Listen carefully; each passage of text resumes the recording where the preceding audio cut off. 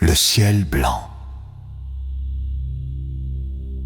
Il ouvrit les yeux dans un silence si pur qu'il crut d'abord être devenu sourd.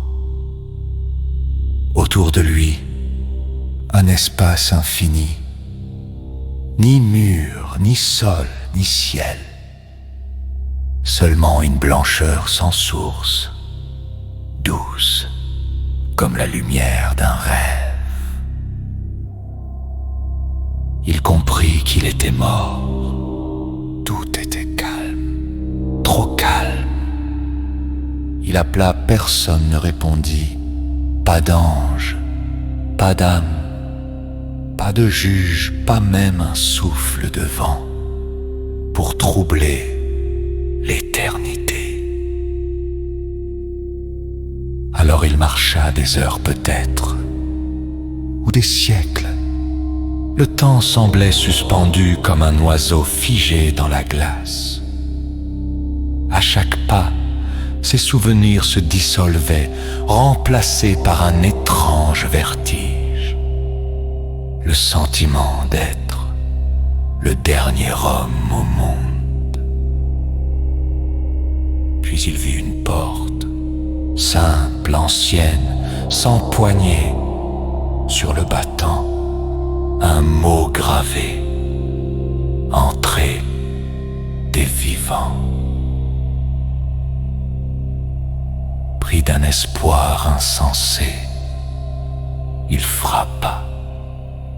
Rien. Il frappa plus fort. Toujours rien. Alors il cria, et son cri résonna à l'infini, se répercutant dans le vide jusqu'à devenir une mélodie. C'est à cet instant qu'il comprit.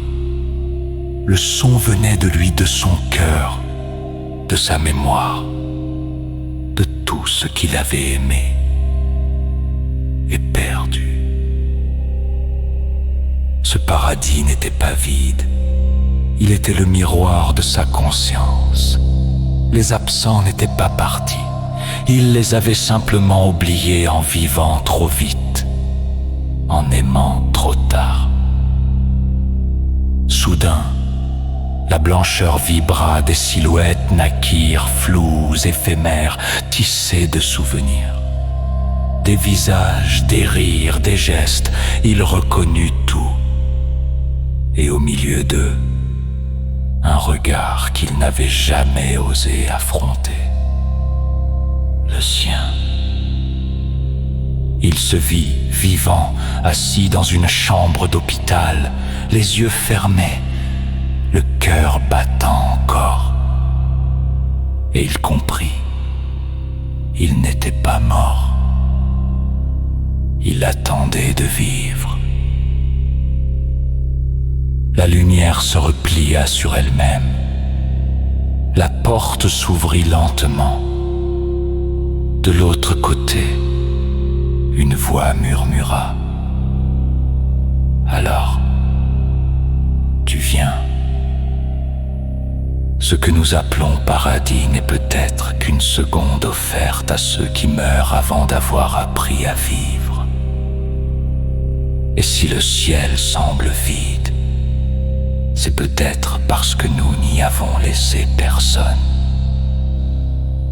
Pas même